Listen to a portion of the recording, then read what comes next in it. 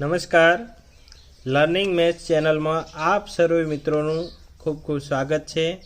આજે આપણે એનએમએમએસના પ્રશ્નોનું સોલ્યુશન જોવા જઈ રહ્યા છીએ. તો એનએમએમએસમાં ગણિતના પ્રશ્નો એવા છે જે સોલ્વ કરવા થોડા અઘરા છે અને જેમાં કોઈ પણ પ્રશ્ન હોય એની અંદર ટ્રીક આપેલી હોય છે. તો કયા પ્રશ્નની અંદર કઈ ટ્રીક આપેલી છે એ સમજવી ખૂબ જ જરૂરી છે. તો આજે આપણે આ વિડીયોની અંદર ગણિતના થોડાક પ્રશ્નો લઈશું અને કયા પ્રશ્નમાં કઈ ટ્રીક વાપરેલી છે એના વિશે સમજીશું. તો અમારા વિડીયોને લાઈક કરો, શેર કરો અને અમારી ચેનલને સબસ્ક્રાઈબ કરો અને આવા જ વિડીયોનું મેળવતા રહેવા માટે બેલ આઇકનને ઓલ ઉપર સેટ કરો. તો મિત્રો, આજે આપણે એનએમએમએસની પરીક્ષાની તૈયારી માટે ગણિત વિષયમાં થોડાક પ્રશ્નોની ચર્ચા કરીશું. તમને થોડી ઘણી સમજણ આપવાનો પ્રયત્ન કરીશ. તો આપણે આ પ્રશ્નોની શરૂઆત કરીએ. તો સૌ પ્રથમ આપણે પહેલો પ્રશ્ન લઈએ. પહેલા પ્રશ્નમાં 1, 3, 5, 7 અને 9 અને પ્રશ્નાર્થ ચિહ્ન આપેલું છે. તો આ જોઈએ તો આપણે આની અંદર કઈ ટ્રીક વપરાય છે. તો તમે જોશો તો આની અંદર એકી સંખ્યા આપેલી છે. જુઓ, 1, 3, 5, 7, 9 એ એકી સંખ્યા છે. તો 9 પછી કઈ સંખ્યા આવશે એકી સંખ્યા? તો આવશે 11. તો આપણે જોઈએ કે 9 પછીના પ્રશ્નાર્થ ચિહ્ન છે ત્યાં જવાબ આવશે 11. બીજો પ્રશ્ન જોઈએ. 128, 121, 114 અને 107 આપેલા છે અને પ્રશ્નાર્થ ચિહ્ન આપેલું છે. તો તમે જોશો કે 128માંથી 7 બાદ કરેલા છે. 128માંથી 7 બાદ કર્યા છે. 121માંથી પણ 7 બાદ કર્યા છે. 114માંથી પણ 7 બાદ કર્યા છે. તો 107માંથી 7 બાદ કરીએ તો જવાબ આવશે 100. તો દરેક પ્રશ્નની અંદર અલગ અલગ ટ્રીક હશે. કઈ ટ્રીક વપરાય છે એ તમારે થોડું વિચારવું પડશે અને પછી એનું સોલ્યુશન કરવું પડશે. ચલો, તો આગળ જોઈએ હવે ત્રીજો પ્રશ્ન.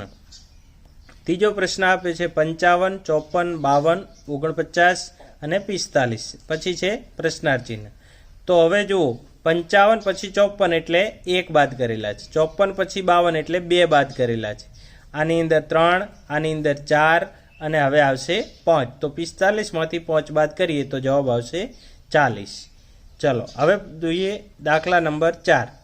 195, 175, 150, 120 અને પ્રશ્નાર્થ ચિહ્ન. તો હવે અહીં આગળ જુઓ મિત્રો, 195માંથી 20 બાદ કરેલા છે એટલે 175 આવે. 175માંથી 25 બાદ કરેલા છે એટલે 150 આવે. અહીં 20, અહીં 25, અહીં 30 બાદ કરેલા છે. 150માંથી 30 બાદ કરો એટલે 120 આવે. હવે 120માંથી 25 બાદ કરેલા છે એટલે જવાબ આવશે 95. તો 25, 30 અને 25 એવી રીતે આ ટ્રીક આની અંદર વપરાશે. હવે દાખલા નંબર 5 જોઈએ. 40, 53, 68, 85 અને પ્રશ્નાર્થ ચિહ્ન. તો અહીં આગળ જુઓ, આની અંદર 13 ઉમેરેલા છે. 40ની અંદર 13 ઉમેરો એટલે 53. 53ની અંદર 15 ઉમેરેલા છે એટલે 68. 68ની અંદર 17 ઉમેરેલા છે એટલે 85. તો 13, 15, 17 અને હવે 19. તો 19 ઉમેરીએ એટલે જવાબ આવશે 104. ચલો, દાખલા નંબર 6. 84, 72, 60 પ્રશ્નાર્થ ચિહ્ન અને 36 આપેલું છે. તો આ દાખલાની અંદર આપણે થોડું વિચારીએ તો આની અંદર 12ના અવયવી આપેલા છે. તમે ધ્યાનથી જુઓ, 12નો આપણે ઘડિયો બોલીએ એટલે 12 એકા 12, 12 દુ 24, 12 તરી 36. તો આની અંદર જુઓ તમે, તો 12 તરી 36, તો 12 ચોક 48. તો પ્રશ્નાર્થ ચિહ્નની જગ્યાએ કઈ સંખ્યા આવશે? 48. 12 ચોક 48, 12 પચું 60, 12 છક 72 અને 12 સીતું 84. તો પ્રશ્નાર્થ ચિહ્નમાં આવશે 48. હવે પ્રશ્ન જોઈએ 7મો. તો 7મા પ્રશ્નની અંદર 2 આપેલા છે, પછી 20, પછી 22, પછી 220, પછી 222, 2220 અને પછી પ્રશ્નાર્થ ચિહ્ન આપેલું છે. તો આની અંદર કઈ ટ્રીકનો ઉપયોગ થયો છે તો આપણે જોઈએ. તો 2 આપેલા હતા. પહેલાં 2ની પાછળ 0 લગાવ્યો એટલે 20 થઈ ગયા. 20માં આ 2 ઉમેર્યા એટલે કેટલા આવી ગયા? 22. હવે જે 22 છે, 22ની પાછળ 0 ઉમેરો એટલે કેટલા થશે 220. 220માં 2 ઉમેરો એટલે કેટલા થઈ ગયા 222. 222માં હવે 0 ઉમેરો એટલે કેટલા થશે 2220. હવે 2220માં 2 ઉમેરો એટલે જવાબ આવશે 2222. તો એ નંબરનો જવાબ આવશે 2222. ચલો દાખલા નંબર 8 જોઈએ. 4, 9, 19, 34, 54 પ્રશ્નાર્થ ચિહ્ન અને 109 આપેલા છે. તો આ દાખલાની અંદર ટ્રીક આપેલી છે, તમે જોઈ શકો છો. 4 5 ઉમેરેલા છે, 4 + 5 એટલે 9. 9 અહીં 10 ઉમેર્યા છે, જુઓ ડબલ થતા જાય છે. 5 અહીં 10 ઉમેરેલા છે, 19 અહીં 15 ઉમેર્યા છે એટલે 19 ને 34 બરાબર.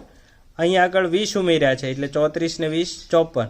તો અહીં આગળ 25 ઉમેરવાના, તો 54માં 25 ઉમેરીએ તો જવાબ આવશે 79. ડી જવાબ આવશે 79 બરાબર. તો 34 અહીં આગળ 30 ઉમેરેલા છે એટલે 79માં 30 ઉમેરીએ એટલે જવાબ આવશે 109. તો આની અંદર અલગ અલગ ટ્રીક વપરાય છે એ આપણે જોઈશું.